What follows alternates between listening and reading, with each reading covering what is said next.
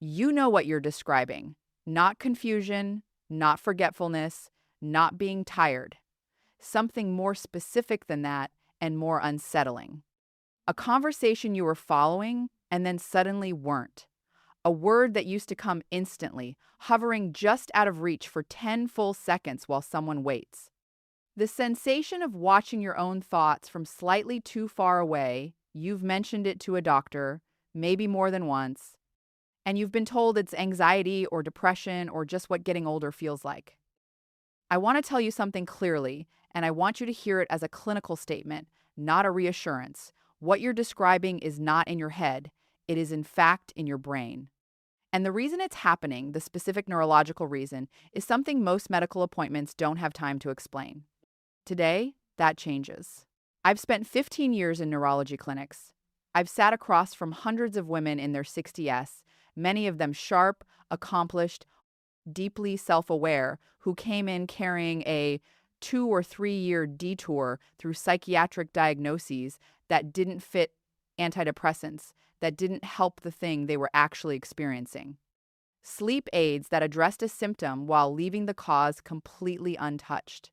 What I've learned in those rooms isn't in a single textbook chapter. It's in the pattern. And once you see the pattern, you can't unsee it.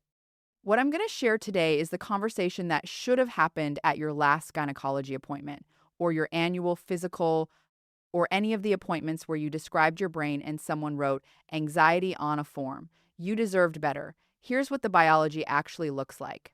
To understand what's happening, you need to understand what estrogen was doing in the first place, because most people think of it as a reproductive hormone. That's like saying your smartphone is a phone. It does something much larger than that. Estrogen receptors, the docking sites where estrogen binds and delivers its instructions, are distributed throughout the brain, not just in the hypothalamus, which governs reproduction. In the hippocampus, the brain's primary memory center. In the prefrontal cortex, which governs focus, language retrieval, and cognitive control. In the amygdala, which regulates emotional memory and threat response. As published in Frontiers in Molecular Biosciences in 2025, these receptors are not peripheral. They are central to how the female brain sustains its energy, clears its waste, maintains its emotional regulation, and protects its neurons from the kind of damage that leads to dementia. When estrogen withdraws, not gradually, but in the steep, sharp decline that occurs during and after menopause, all of those systems feel the shift simultaneously. Not one thing changes in the brain. 5 things change. And that is exactly what we're going to walk through. The central thread running through all 5 is this. Estrogen wasn't a bonus feature. It was infrastructure. When infrastructure fails, you don't see one breakdown. You see cascading failure. That is what brain fog after menopause actually is. Not one symptom, a cascade driven by estrogen withdrawal affecting 5 separate neurological systems at once. Research published in Frontiers in Aging Neuroscience in 2017 describes this directly. Loss of estrogen at menopause is associated with mitochondrial dysfunction in neurons, neuroinflammation, synaptic decline, and cognitive impairment. Not one of those, all of them, simultaneously. In a body that had previously been protected from all of them by a hormone it no longer makes. That's the honest picture, and it means the women who describe brain fog after 60 are not being hyperbolic. They are accurately reporting a measurable neurological transition that medicine has been chronically slow to name. Let's start with the one that surprises people most, because it reframes everything that follows. Estrogen regulates how your brain uses glucose. Neurons run almost entirely on glucose. It is the brain's primary fuel. Estrogen plays a direct role in glucose transport across the blood-brain barrier and in how efficiently neurons convert that glucose into usable energy. This is not a secondary function. A 2023 study published in PMC described estrogen's maintenance of brain energy balance through glucose transport and metabolism regulation as a core neuroprotective mechanism. What happens when estrogen drops? Neuronal energy production becomes less efficient. Parts of the prefrontal cortex, the region responsible for word retrieval, sustained attention, and holding information in working memory, begin running at reduced metabolic capacity. You don't lose neurons immediately, you lose efficiency. Focus becomes effortful in a way it never was before. Language retrieval slows. Mental stamina, the ability to track a complex conversation or hold a thought through an interruption, quietly deteriorates. When was the last time that felt like a psychiatric problem? What to do? At your next appointment, ask for a referral to a neurologist, not a psychiatrist, if your primary complaint is cognitive, not emotional. The distinction matters clinically, and you are allowed to make it. Here is where the misdiagnosis pattern becomes visible. Estrogen directly regulates two of the brain's most important neurotransmitter systems, serotonin and dopamine. Serotonin governs mood stability, mental clarity, and emotional resilience. Dopamine governs motivation, focus, and the brain's reward and attention circuits. Estrogen increases serotonin receptor sensitivity and supports the enzymes that produce both neurotransmitters. When estrogen drops, both systems lose their scaffolding. The result: a woman experiences a decline in mood, motivation, and mental sharpness simultaneously that is neurochemically indistinguishable from depression in a standard clinical assessment. A 1 5-minute appointment, a PHQ-9 screening questionnaire, and the answer comes back: depression. An antidepressant is prescribed.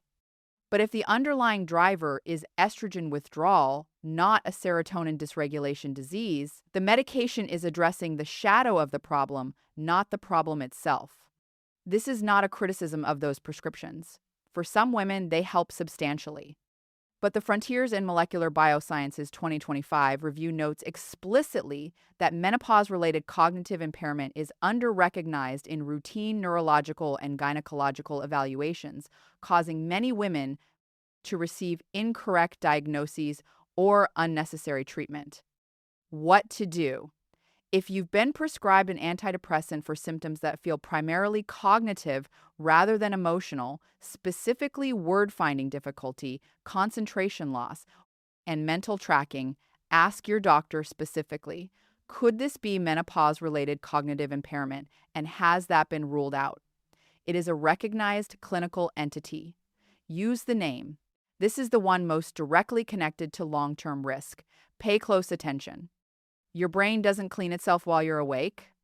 It cleans itself while you sleep, specifically during the deepest stages of non-REM sleep, when a network called the glymphatic system pumps cerebrospinal fluid through the brain's interstitial spaces, flushing out amyloid beta, tau proteins, and other metabolic waste products. The landmark 2013 science paper by Shea, Kang, and Nedergaard's lab at the University of Rochester established this definitively. Sleep drives metabolite clearance from the adult brain. The deeper the sleep, the more complete the cleaning. Postmenopausal women spend dramatically less time in this deep sleep stage. The reasons are specific. Progesterone, which also drops at menopause, is the primary hormone that facilitates slow-wave sleep. Night sweats and vasomotor symptoms fragment sleep architecture throughout the night. Cortisol dysregulation, which increases with estrogen loss, creates a pattern of shallow, disrupted sleep that looks restful on a clock but isn't restful in the brain. What accumulates when glymphatic clearance fails night after night? The same proteins associated with Alzheimer's disease. A 2020 science review titled "Glymphatic Failure as a Final Common Pathway to Dementia" described this process directly. Disrupted sleep creates a causal pathway between sleep fragmentation and neurodegenerative disease progression. This is not distant risk. This is happening in the brains of women who wake up tired every morning, assume it's just their age, and go about their day. What to do? Ask your doctor specifically about slow-wave sleep and sleep architecture, not just sleep hygiene. Request a referral for a sleep study if you wake unrefreshed consistently. And ask about magnesium glycinate at bedtime. A starting dose of 200 milligrams has evidence for improving slow-wave sleep quality, and unlike sleep medications, it does not suppress the neurochemical oscillations that drive glymphatic flow. The brain has its own immune cells. They're called microglia. In a healthy brain, microglia perform routine maintenance, clearing cellular debris, responding to injury, pruning old synaptic connections. Estrogen suppresses microglia from overactivating. It is, in effect, a brake on neuroinflammation. When estrogen is removed, that brake releases. The 2017 Frontiers in Aging Neuroscience paper describes this mechanism directly.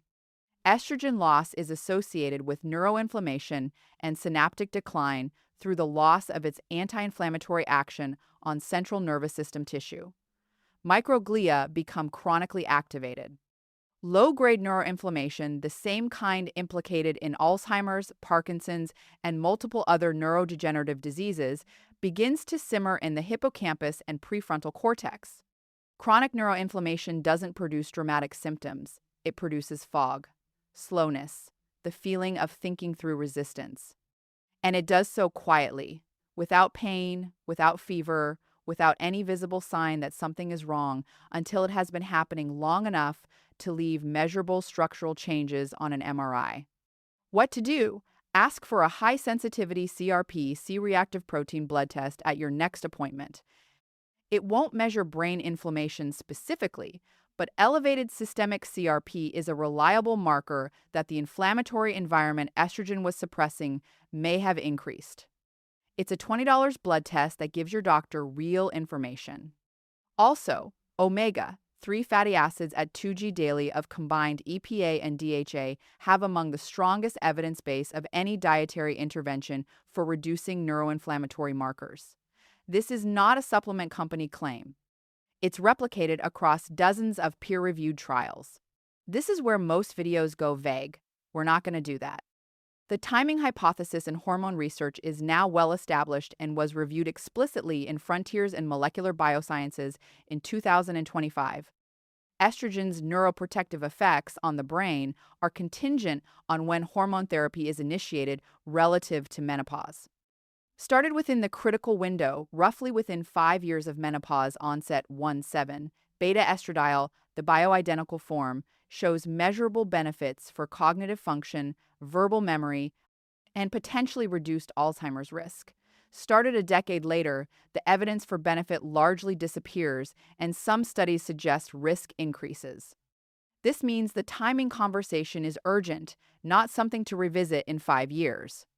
For women who can't or choose not to use hormone therapy, the non-hormonal interventions with the strongest neurological evidence are these: aerobic exercise at moderate intensity 4 or more times per week, specifically studied because it raises BDNF, the brain's primary growth protein, and has been shown in multiple trials to reduce cognitive decline risk. Mediterranean-style dietary patterns, which reduce the inflammatory burden on neurons, and targeted treatment of sleep disruption, which directly improves glymphatic clearance and reduces amyloid accumulation. What to do at your next appointment. Say these specific words. I want to discuss whether I'm within the critical window for hormone therapy and how it might affect my cognitive health, not just my menopause symptoms. And if your doctor doesn't engage with that question substantively, ask for a referral to a menopause specialist or a neurologist. That conversation is not optional. It is the most important one you can have right now. I want to step back from the clinical details for a moment and say something that doesn't fit neatly into a list. The women I've described today, the ones who went 2 years with a psychiatric diagnosis that didn't address what they were actually experiencing, they aren't outliers. The Frontiers review I cited says this explicitly. Menopause-related cognitive impairment is under-recognized in routine evaluations and leads to stigmatizing misdiagnoses. That's published medical literature saying, in careful academic language, that medicine has been getting this wrong. Routinely. I'm quietly outraged about that. Because the women sitting in those appointments weren't confused about what they were feeling. They were told they were confused about what they were feeling. And there's a difference. I think about a patient I saw after she'd been referred by a colleague. A woman in her early 60s, a former nurse, someone who spent decades observing clinical symptoms in other people, trained to notice and report exactly what she saw. She came in after 2 years on antidepressants for depression she didn't feel she had. Her actual complaint had been consistent from the beginning. She couldn't track complex conversations the way she used to. She lost words mid-sentence, not occasionally but reliably, in professional and personal conversations that mattered to her. She described it as watching herself think from a distance. That was her phrase, a nurse, someone who knew how to describe a symptom precisely. She'd been told it was anxiety, then depression, then that she needed to manage her stress better. When I looked at her history and her cognitive test results and her sleep data together, the pattern was unmistakable. Menopause-related cognitive impairment, complicated by severely disrupted sleep architecture and the neuroinflammatory picture that follows from both. Not treatment-resistant depression, not anxiety, a neurological presentation that had been consistently misframed. I remember sitting with her after that appointment. She was quiet for a long time. And then she said, I knew something was different. I just couldn't get anyone to look at it the same way I was looking at it. That question has stayed with me. How many women are still waiting for someone to look at it the same way they're looking at it? Here's what 15 years of neurology has taught me about the brain after 60 and specifically about the female brain after menopause. It is not finished, not even close. Neuroplasticity, the brain's ability to form new connections, to reorganize, to adapt, does not stop at menopause. The glymphatic system responds to better sleep within weeks. Neuroinflammation measurably drops when its drivers are reduced. Verbal memory, in studies of women who began appropriate hormone therapy within the critical window, shows consistent improvement.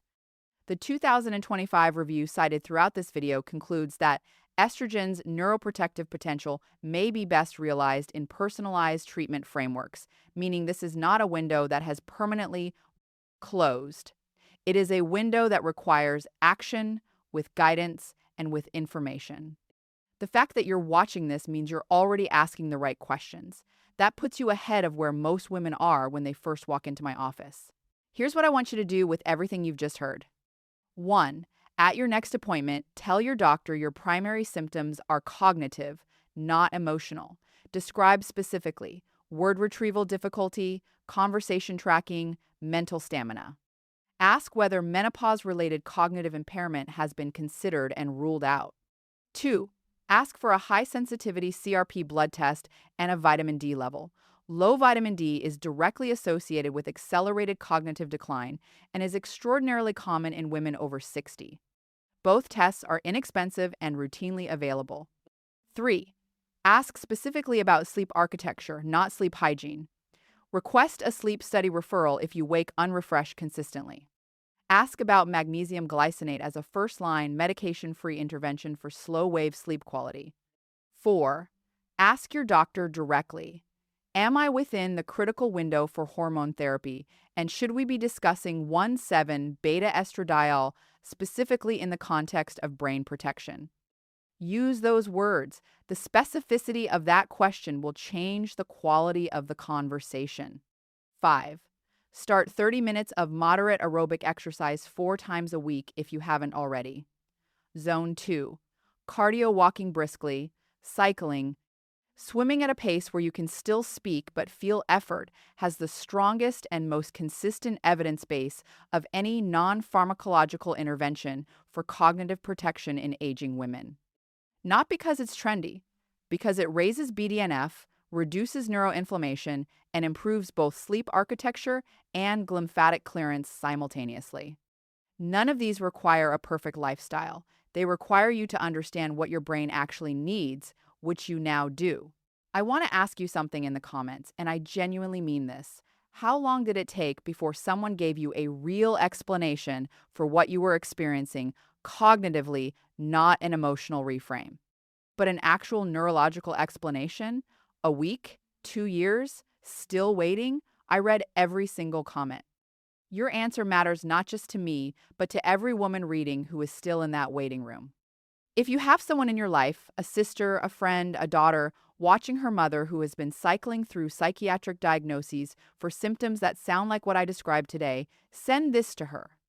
Not to alarm her, because she deserves to hear the biology of what's happening. That knowledge isn't threatening, it's orientation. It's the beginning of the right conversation.